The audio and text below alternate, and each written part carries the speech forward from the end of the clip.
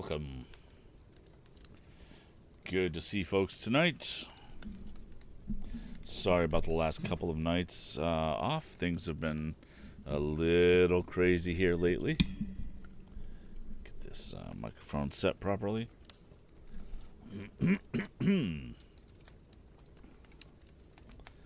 Hope everyone's doing well tonight.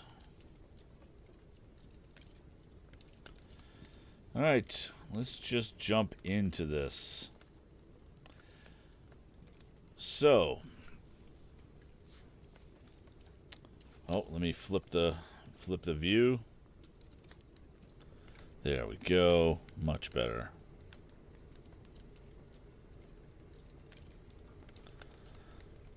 All right. Previously on Chapter 16 of Tom Swift and His Motorboat. Well, as we know, Tom's boat had been stolen. And as we also expected, Tom was blaming Andy Foger. But Andy Foger did not steal the boat. Chapter 16. Still on the search.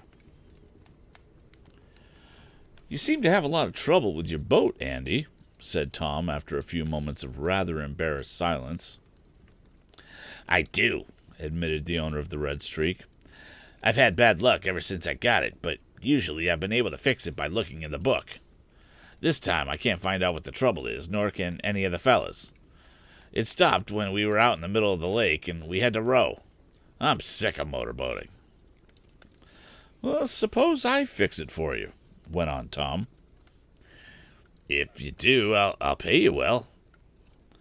I wouldn't do it for pay, not the kind you mean," continued the young inventor. "What do you mean, then?" And Andy's face, that had lighted up, became glum again. "Well, if I fix your boat for you, will you let me run it a little while?" "You mean show me how to run it?" "No, I mean take it myself. Look here, Andy, my boat's been stolen. And I thought you took it to get even with me. You say you didn't." "And I didn't touch it," interposed the squint-eyed lad quickly. "All right, I believe you, but somebody stole it, and I think I know who." "Who?" asked Sam Snedeker. "Well, you wouldn't know if I told you, but I suspect some men with whom I had trouble before."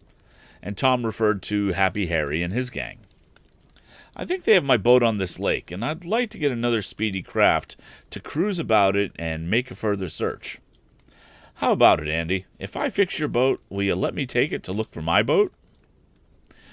"Sure thing," agreed the bully quickly, and his voice, for once, was friendly toward Tom. "Fix the engine so it'll run, and you can use the Red Streak as long as you like." "Oh, I probably wouldn't want it very long. I could cover the lake in about 3 days, and I hope by that time I could locate the thieves. Is it a bargain?" "Sure," agreed Andy again, and Tom got into the motorboat to look at the engine. He found that it would require some time to adjust it properly, and that it would be necessary to take the motor apart. "I think I'd better tow you to my dock," the young inventor said to Andy. "I can use some tools from the shop then, and by tonight I'll have the Red Streak in running order."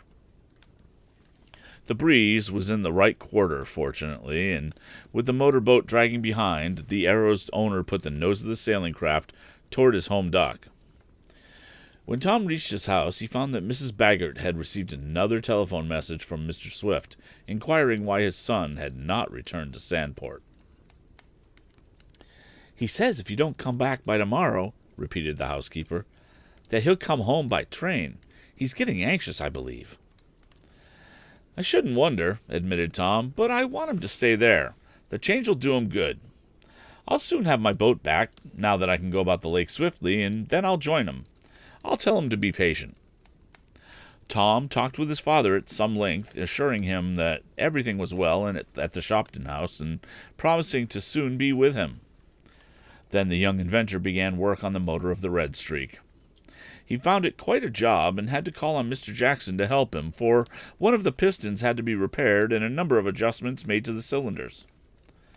But that night the motor was fully mended and placed back in the boat. It was in better shape than it had been since Andy purchased the craft. "There," remarked Tom.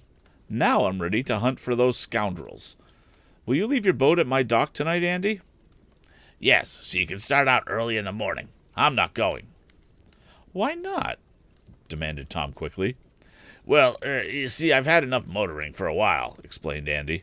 "Besides, I don't believe my mother would like me to go out on a chase after thieves. If we had to shoot, I might hit one of them and... "Oh, I see," answered Tom. "But I don't like to take your boat alone. Besides, I don't fancy there'll be much shooting. I know I'm not going to take a gun. In fact, the one Mr. Duncan gave me is in the boat. All I want to do is get the arrow back." "That's all right," went on Andy. "You take my boat and use it as long as you like. I'll rest up a few days. When you find your boat, you can bring back mine." Tom understood. He was just as glad not to have Andy accompany him in the chase, as he and the red-haired lad had never been good friends and probably never would be.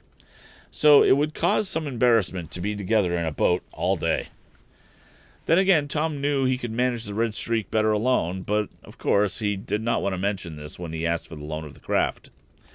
Andy's own suggestion, however, had solved the difficulty. Tom had an idea that Andy felt a little timid about going in pursuit of the thieves, but naturally it would not do to mention this, for the squint-eyed lad considered himself quite a fighter. Early the next morning, alone in the Red Streak, Tom continued the search for his stolen boat. He started out from his home dock and mapped out a course that would take him well around the lake.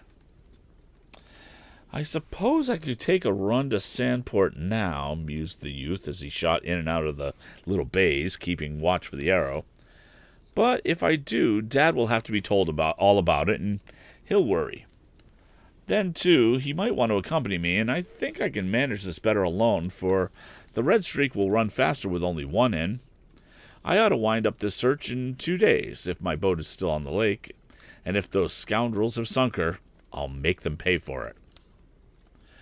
On shot the speedy motorboat, in and out along the winding shoreline, with the lad in the bow at the steering wheel peering with eager eyes into every nook and corner where his craft might be hidden. End of chapter 16. So we'll go check out the chat room, see how everybody's doing there tonight.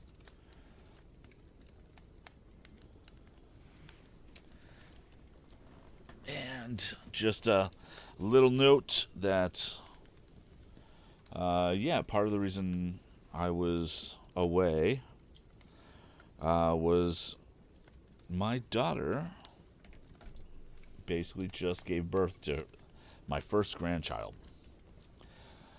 So, things have been a little crazy. Everything's doing great. Mama and baby are doing awesome.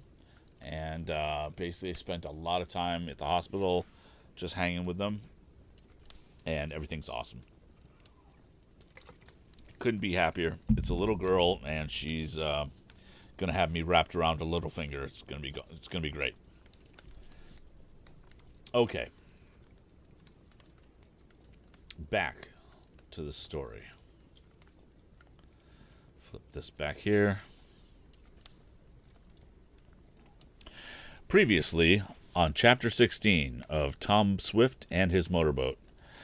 So basically, once the misunderstanding got out of the way, Tom said that he would fix Andy Foger's boat if Andy would let him use it to search for his own boat.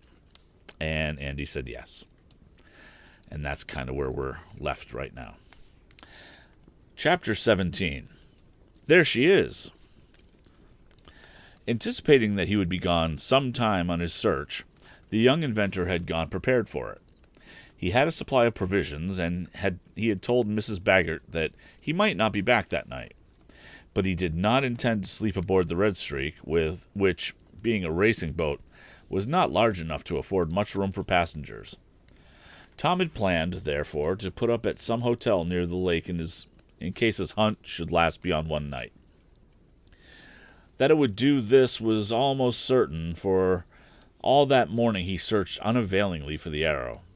A distant mill whistle sounding over Lake Carlopa told him it was noon. "Dinner time," he announced to himself. "Guess I'll run up along shore in the shade and eat." Selecting a place where the trees overhung the water, forming a quiet, cool nook, Tom sent the boat in there, and tying to a leaning tree, he began his simple meal. Various thoughts filled his mind, but chief among them was the desire to overtake the thieves who had his boat. That it was Happy Harry's gang, he was positive. The lad nearly finished eating and was considering what direction he might best search in next when he heard, running along a road that bordered the lake, an automobile. "Wonder who that is," mused Tom. "It won't do any harm to take a look, for it might be some of those thieves again. They probably still have their auto, or Happy Harry couldn't have gotten far from Samport to Shopton so quickly."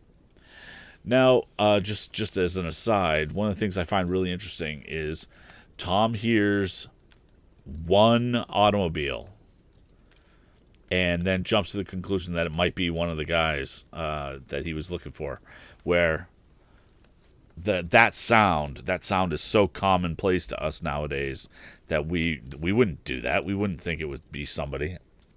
So it kind of points a little bit to the rarity of motorized vehicles in general at the time this book was written. Back to the story. The young inventor slipped ashore from the motorboat, taking care to make no noise. Stealing silently along toward the road, he peered through the underbrush for a sight of the machine, which seemed to be going slowly. But before the youth had a glimpse of it, he was made aware who the occupant was by hearing someone exclaim, "Bless my shoelaces, if this cantankerous contraption isn't going wrong again. I wonder if it's going to have a fit here in this lonely place. It acts as if it was. Bless my very existence. Hold on now. Be nice, be nice." "Mr. Damon!" exclaimed Tom, and without knowing it, he had spoken aloud. "Hold on there, hold on. Who's calling me in this forsaken locality? Bless my shirt studs, but who is it?" And the eccentric man who had sold Tom the motorcycle looked intently at the bushes. "Here I am, Mr. Damon," answered the lad, stepping out into the road. "I knew it was you as soon as I saw you." "Bless my liver, but that's very true. I suppose you heard my unfortunate automobile puffing along. I declare, I don't know what ails it. I got it on the advice of my physician, who said I must get out in the air, but, bless my gears, it's the auto who needs a doctor more than I do. It's continually out of order. Something's going to happen right away. I can tell by the way it's behaving." Mr. Damon had thrown out the clutch, but the engine was still running, though in a jerky, uncertain fashion, which indicated to the trained ear of the young inventor that something was wrong. "Perhaps I can fix it for you, as I did before," ventured Tom. "Bless my eyebrows, perhaps you can," cried the eccentric man hopefully. "You always seem to turn up at the right moment. How do you manage it?" "I don't know. I remember the time you turned up just when I wanted you to help me capture Happy Harry and his gang, and now, by a strange coincidence, I'm after them again." "You don't say. My good gracious. Bless my hatband. But that's odd. There," he ejaculated suddenly as the automobile engine stopped with a choking sigh. "Oh, boy. I knew something was going to happen." "Let me take a look," proposed the lad, and he was soon busy peering into the interior of the machine. At first, he couldn't find the trouble, but, being a persistent youth, Tom went at it systematically and located it in two places. The clutch was not rightly adjusted, and the carburetor float feed needed fixing. The young inventor was not long in making the slight repairs, and then he assured Mr. Damon that his automobile would run properly. "Bless my very existence, but what a thing it is to have a head for mechanics," exclaimed the odd man gratefully. "Now, it would bother me to adjust a nutmeg grater if it got out of order, but I dare say you could fix it in no time." "Yes," answered Tom, "I could, and so could you, for there's nothing about it to fix. But you can go ahead now if you wish. Thank you. It just shows how ignorant I am of machinery. I presume something will go wrong in another mile or two, but may I ask what you're doing here? I presume you're in your motorboat, sailing about for pleasure, and didn't I understand you to say that you were after those chaps again? Bless my watch charm, but I was so interested in my machine that I didn't think to ask you. Yes, I'm after those thieves again. In your motorboat, I presume? Well, I hope you catch them. What have they stolen now? My motorboat. That's why I'm after them. But I had to borrow a craft to chase them with. Bless my soul. You don't tell me. How'd it happen? Thereupon the lad related as much of the story as was necessary to put Mr. Damon in possession of the facts, and he ended up with, I don't suppose you've seen anything of the men in my boat, have you? That was Tom, actually. Mr. Damon seemed strangely excited.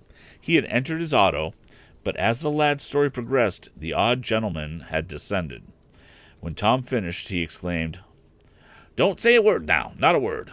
I want to think, and that is a process which for me requires a little time. Don't speak a word now, bless my left hand, but I think I can help you. He frowned, stamped first one foot, then the other, looked up at the sky, as if seeking inspiration there, and then down at the ground, as if that would help him to think. Then he clapped his hands smartly together and cried out, Bless my shoe buttons! Have you seen him? Asked Tom eagerly. Was your boat one with a red arrow painted on the bow? Asked Mr. Damon in turn. It was, and the lad was now almost as excited as his friend. Then I've seen it, and what's more, this morning. Bless my spark plug, I've seen it. Tell me about it, pleaded the young inventor, and Mr. Damon, calming himself after an effort, resumed. I was out for an early spin in my auto, he said, and was traveling along a road that bordered the lake, about 15 miles above here. I heard a motorboat puffing along near shore, and looking through the trees I saw one containing 3 men. It had a red arrow on the bow, and that's why I noticed it, because I recalled that your boat was named the Dart. Well, the Arrow, corrected Tom. The Arrow. Oh, yes, I knew it was something like that. Well, of course, at the time, I didn't think that it was your boat, but I associated it in my mind with yours. Do you catch my meaning? Tom did, and said so, wishing Mr. Damon would hurry and get to the point. But the eccentric character had to do things in his own way. Exactly, he resumed. Well, I didn't think that it was your boat, but at the same time, I watched the men out of curiosity, and I was struck with their behavior. They seemed to be quarreling, and from what I could hear, 2 of them seemed to be remonstrating with the third one for having taken some sort of a piece of wood from the forward compartment. I believe that's the proper term. Yes, Tom almost shouted. But where did they go? What became of them? What was the man doing to the forward compartment, where the gasoline tank is? Exactly. I was trying to think what was kept there. That's it, the gasoline tank. Well, the boat kept up on the lake, and I don't know what became of the men, but about that piece of wood. It seems that one of the men removed a block from under the tank, and the others objected. That's why they were quarreling. That's very strange, exclaimed the lad. There must be some mystery about my boat that I don't understand. But that will keep until I get the boat itself. Goodbye, Mr. Damon. I must be off. Where to? Up the lake after those thieves. I must lose no time. And Tom started to go back where he had left the red streak. Hold on, cried Mr. Damon. I have something to propose, Tom. 2 heads are better than 1, even if one doesn't know how to adjust the nutmeg grate. I suppose I come along with you? I can point out the direction the men took at any rate. I'll be very glad to have you, answered the lad, who felt that he might need help if there were 3 of the thieves in his craft. But what will you do with your automobile? I'll just run it down the road away to where a friend of mine has a stable. I'll leave it in there and join you. Will you let me come? Bless my eyeglasses, but I'd like to help you catch those scoundrels. I'll be very glad to have you. Go ahead, put the auto in the barn, and I'll wait for you. I have a better plan than that, replied Mr. Damon. Run your boat down to that point, and he indicated about 1 mile up the lake. I'll be there waiting for you, and we'll lose no time. I can cover the ground faster in my auto than you can in your boat. Tom saw that what the advantage was of this, and was soon underway, while he heard on the shore the puffing of his friend's car. On the trip to the point, Tom puzzled over the strange actions of the man in taking one of the braces from under the gasoline tank. "I'll wager he did it before," thought the lad. "It must be the same person who was tampering with the lock of the forward compartment the day I bought the boat. But why? That's the question. Why?" He could find no answer to this, and puzzle over it as he did, and he gave up. His whole desire now was to get on the trail of the thieves, and he had strong hopes after the clue Mr. Damon had given him. The latter was waiting for him on the point, and so nimble was the owner of the auto, in spite of his size, that Tom was not delayed more than the fraction of the minute that he was underway again, speeding up the lake. "Now, keep well in toward the shore," advised Mr. Damon. "Those fellows don't want to be observed any more than they can help, and they'll sneak along the bank. They were headed in that direction," and he pointed it out. "Now, I hope you won't think I'm in the way. Besides, if you get your boat back, you'll want someone to help steer it while you run this one. I can do that, at all events, bless my very existence." "I'm very glad of your help," replied the lad, but he did not take his eyes from the water before him, and he was looking for a sight of his boat with the men in it. For 3 hours or more, Tom and Mr. Damon cruised in and out along the shore of the lake, going farther and farther up the body of the water. Tom was beginning to think that he would reach Sandport without catching sight of the thieves, and he was wondering if, after all, he might not be better to stop off and see his father, when above the puffing of the motor in the Red Streak, he heard the putt-putt of another boat. "Listen!" cried Mr. Damon, who had heard it at the same time. Tom nodded. "They're just ahead of us." "If it's them," was the lad's reply. "Speed up and we'll soon see," suggested Mr. Damon, and Tom shoved the timer over. The Red Streak forged ahead. The sound of the other boat came more plainly now. It was beyond a little point of land. The young inventor steered out to get around it and leaned eagerly forward to catch the first glimpse of the unseen craft. Would it prove to be the Arrow? The putt-putt became louder now. Mr. Damon was standing up, as if that would, in some mysterious way, help. Then suddenly the other boat came into view. Tom saw in an instant and knew it for the Arrow. "There she is!" he cried. End of chapter 17. Okay, we're going to go back to the chat room now. Oh, I see we've had some interesting folks here. That's good. All right, so let's do this. Let's ban that user. That's cool. Interesting. And Mega, if you are there, I would love. Hey, Rife Strife, how you doing? Hey, Tabby, how you doing? Good to see you finally on the stream. And Mega, I would love to say that, except I would butcher the pronunciation. Oh yeah, we're gonna ban this dude too. That's cool. All right, good. And yeah, Mega, if you're still there, I believe I just not sure that I would get the pronunciation back. One Erie's one.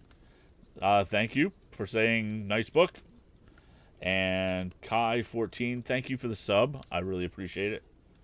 Rife, was I talking to you in Discord?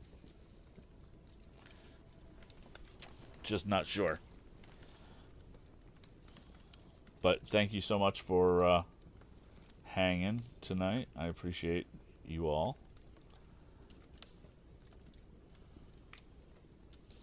And the gamers, Zitrix. Yeah, I'm not sure what you mean by that, but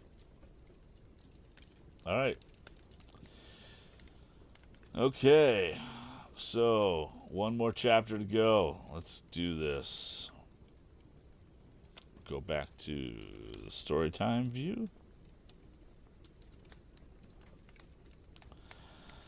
All right.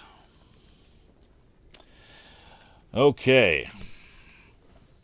Previously on Chapter 17 of Tom Swift and His Motorboat, it looks like Tom caught up with Mr. Damon, the man who sold him his motorcycle in the last book, and offered to help. And Mr. Damon offered to help look for the arrow, and they found it at the end of the chapter. Chapter 18, The Pursuit. For an instant, after Tom's exultant cry, the men in the boat ahead were not aware that they were being pursued. Then, as the explosions from the motor of the Red Streak sounded over the water, they turned to see who was coming up behind them. There was no mistaking the attitude of the young inventor and his companion. They were leaning eagerly forward, as if they could reach out and grasp the criminals who were fleeing before them. "Put on all the speed you can, Tom," begged Mr. Damon. "We'll catch the scoundrels now. Speed up the motor. Oh, if only I had my automobile now, bless my crankshaft, but one can go so much faster on land than on water." The lad did not reply, but thought with grim humor that running an automobile over Lake Carlopa would be no small feat. Mr. Damon, however, knew what he was saying. "We'll catch him. We'll nab him," he cried. "Speed her up, Tom." The youth was doing his best with the motor of the Red Streak. He was not as well acquainted with it as he was with the one in his boat, but he knew, even better than Andy Foger, how to make it do efficient work. It was a foregone conclusion that the Red Streak, if rightly handled, could beat the Arrow, but there were several points in favor of the thieves. The motor of Tom's boat was in perfect order, and even an amateur with some knowledge of a boat could make it do nearly its best. On the other hand, the Red Streak's machinery needed nursing. Again, the thieves had a good start, and that counted for much. But Tom counted on two other points. One was that Happy Harry and his gang would probably know little about the fine parts of a motor. They had shown this in letting the motor of the boat they had first stolen get out of order, and Tom knew the ins and outs of a gasoline engine to perfection. So the chase was not so hopeless as it seemed. "Do you think you can catch him?" asked Mr. Damon anxiously. "I'm going to try," answered his companion. "They're heading out into the middle of the lake," cried the eccentric man. "If they do, I can cut 'em off," murmured Tom as he put the wheel over. But whoever was steering the Arrow knew better than to send it on a course that would enable the pursuing boat to cut across and shorten the distance to it. After sending the stolen craft far enough out from the shore to clear points of land that jutted out into the lake, the leading boat was sent straight ahead. "A stern chase and a long chase," murmured Mr. Damon. "Bless my rudder, but those fellows are not going to give up easily." "I guess not," murmured Tom. "Will you steer for a while, Mr. Damon?" "Of course I will. If I could get out and pull the boat after me to make it go faster, I would. But as I always lose my breath when I run, perhaps it's just as well that I stay in here." Tom thought so too, but his attention was soon given to the engine. He adjusted the timer to get, if possible, a little more speed out of the boat he had borrowed from Andy, and he had paid particular attention to the oiling system. "We're going a bit faster," called Mr. Damon encouragingly, "or else they're slacking up." Tom peered ahead to see if this was so. It was hard to judge whether he was overhauling the Arrow, as it was a stern chase, and that is always difficult to judge. But a glimpse along the shore showed him that they were slipping through the water at a faster speed. "They're up to something," suddenly exclaimed Mr. Damon a moment later. "I believe they're going to fire on us, Tom. They're pointing something this way." The lad stood up and gazed earnestly at his boat, which seemed to be slipping away from him so fast.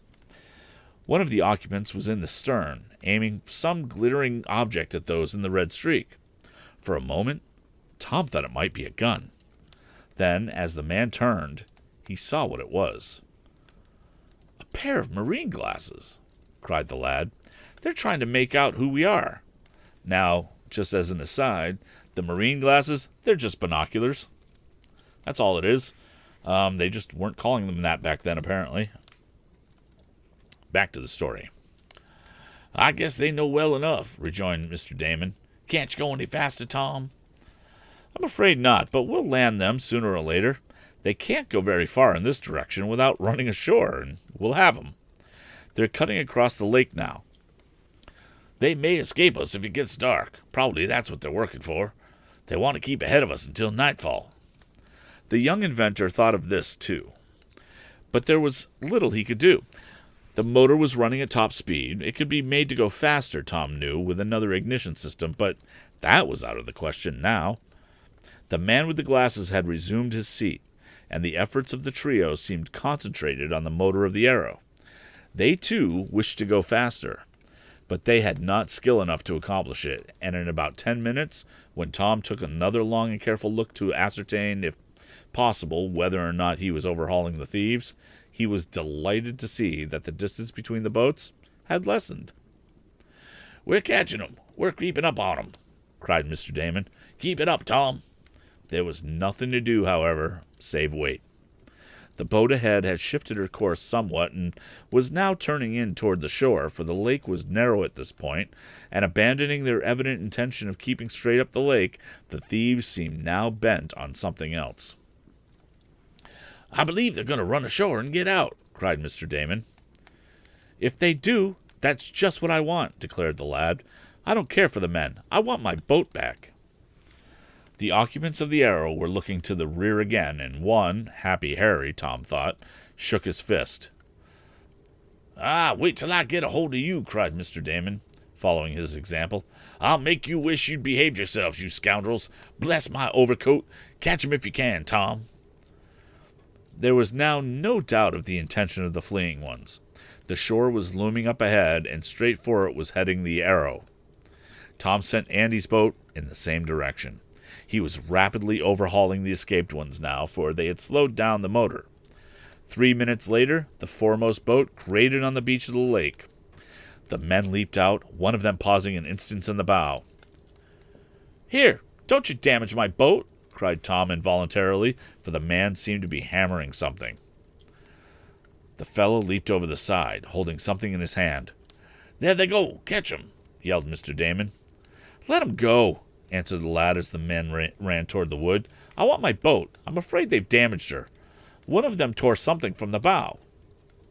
At the same instant, the two companions of the fellow who had paused in the forward part of the Arrow saw that he had something in his hand.